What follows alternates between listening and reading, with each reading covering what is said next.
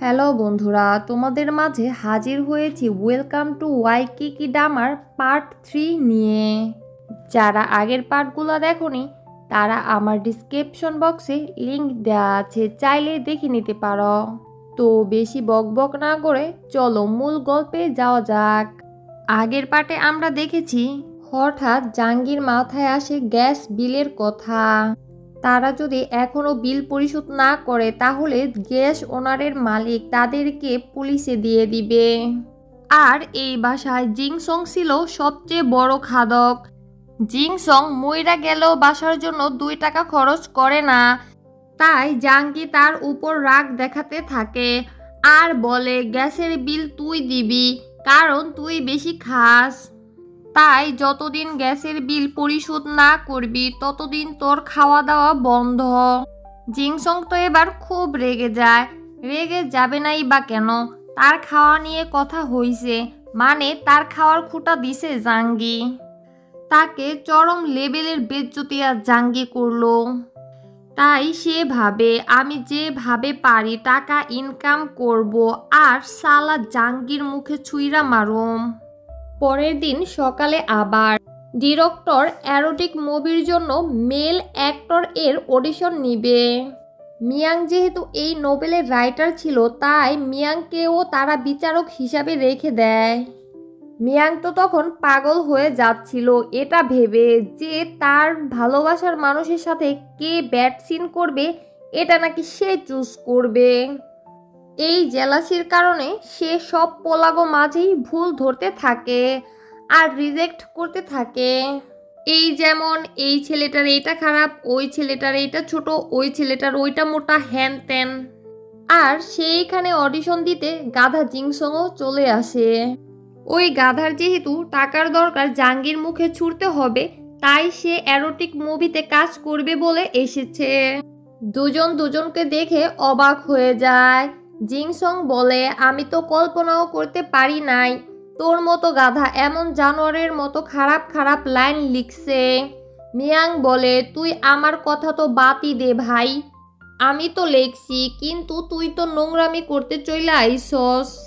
জিংসং বলে তুই তো জানস আমি কত ভালো পোলা, আমি এখানে আসছি কারণ আমার টাকা প্রয়োজন, জাহাঙ্গীর মুখে টাকা ছুঁইরা মারার জন্য।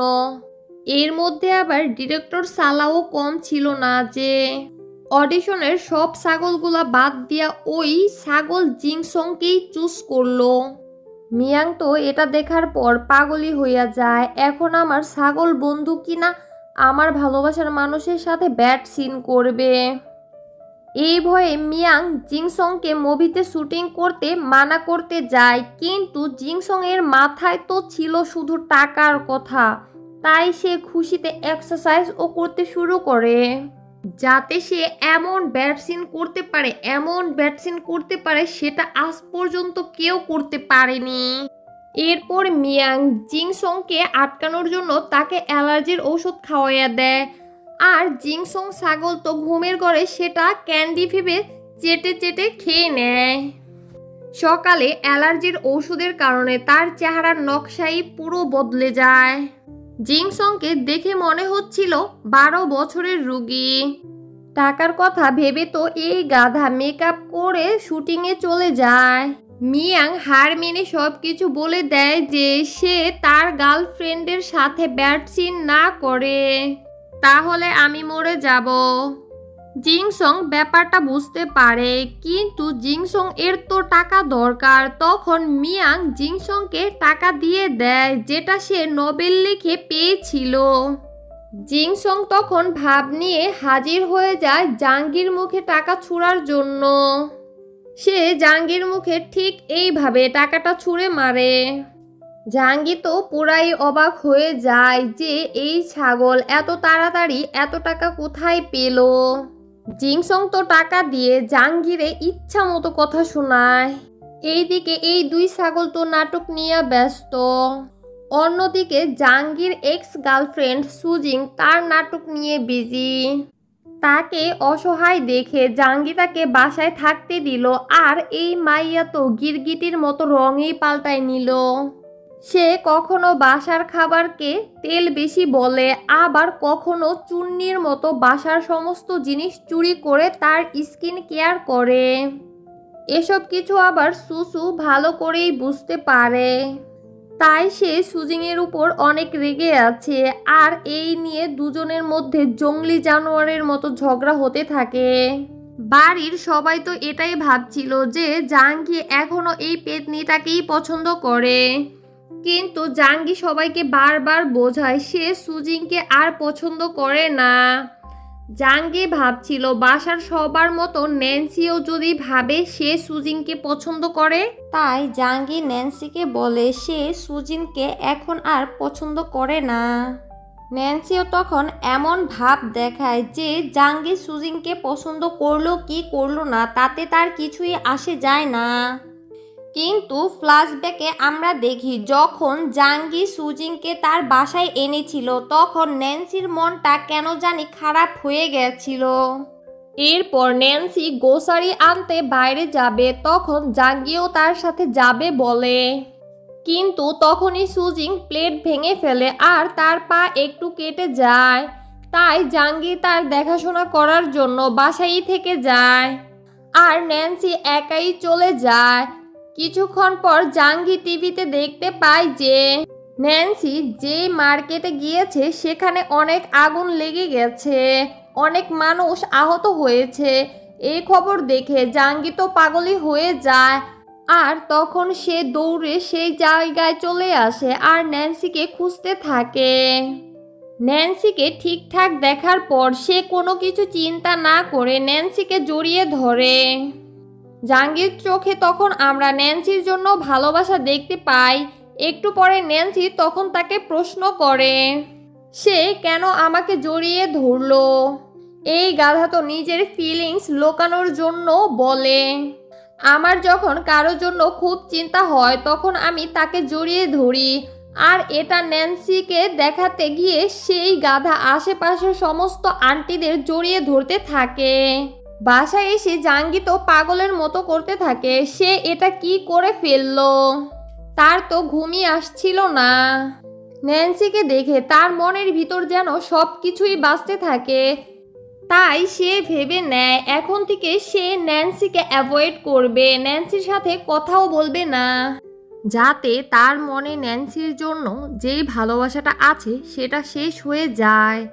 এইদিকে সুজিন সারাদিনই বিজি থাকে, কিন্তু খাবারের টাইমে সবার ভাগের খাবারও খেয়ে নেয়, যার কারণে বাকি দুই খাদক তাকে গালি দেয়।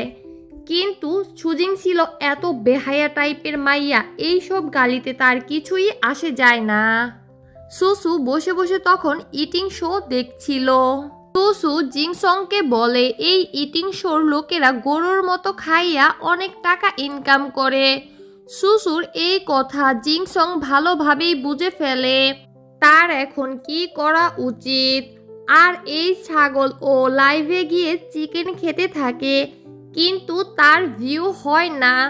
আর সে ভাবে সবার মতো চিকেন না খেয়ে চিকেনের হাড্ডি খাবে। হাড্ডি খাওয়া দেখে তার ভিউ বাড়তে থাকে, ভিউ বাড়ার লোভে সে বিভিন্ন জানোয়ারের হাড্ডি খেতে থাকে। এইদিকে আবার জাঙ্গি গাধা নিজের ফিলিং লোকানোর জন্য ন্যান্সিকে ইগনোর করতে থাকে, ন্যান্সির দিকে না তাকিয়ে কথা বলে। ন্যান্সি আবার ভাবে সে যেহেতু কিচেনের কিছু না কিছু ভুল করতে থাকে তাই হয়তোবা জাঙ্গি তার উপর রেগে আছে। ন্যান্সি জাঙ্গিকে সরি বলে মানানোর চেষ্টা করে, কিন্তু জাঙ্গি তো তাকে ইগনোর করে চলে যায়। এরপর ন্যান্সি এই ব্যাপারটা সুসুর কাছে গিয়ে বলে আর বলে এখন সে কিভাবে জাঙ্গিকে মানাবে। সুসু তখন ন্যান্সিকে বলে আমার ভাইয়ের মন একদম বাচ্চাদের মতো, তাই তুমি বেশি ভেবো না। আমার ভাইয়ের একটা দুর্বলতা আছে, সে কিউট জিনিস চাইলেও ইগনোর করতে পারে না। তুমি যদি একটু চেষ্টা করো কিউট ভাবে তাকে সরি বলার, তাহলে সে নিশ্চয়ই মেনে যাবে। জাঙ্গি তখন পানি খাচ্ছিল ছিল। সুসুর কথা মতো ন্যান্সি তো তাকে বাচ্চাদের মতো কিউটভাবে সরি বলে, কিন্তু জাঙ্গি তো ন্যান্সির উপর এইটা করে চলে যায়। আর এর কিছুক্ষণ পর জাঙ্গি যখন নুডলস খাওয়ায় বিজি ছিল, তখন ন্যান্সি জাঙ্গিকে তার কিউট কিউট ভিডিও পাঠায়, যেটা দেখে জাঙ্গি তো স্ট্যাচু হয়ে যায়। এই বেচারা চাইছিল ন্যান্সিকে ইগনোর করতে, কিন্তু এইসব দেখার পর সে তো ন্যান্সির প্রতি আরও দুর্বল হয়ে পড়ে আর ভাবে ন্যান্সি কত কিউট, আমি কিভাবে তাকে ইগনোর করব। এইদিকে মিয়াং আবার তিয়ানকে প্রপোজ করতে চায়, কিন্তু কিভাবে করবে। তখন মিয়াং জিংসংকে জিজ্ঞাসা করে কিভাবে প্রপোজ করলে ভালো হবে।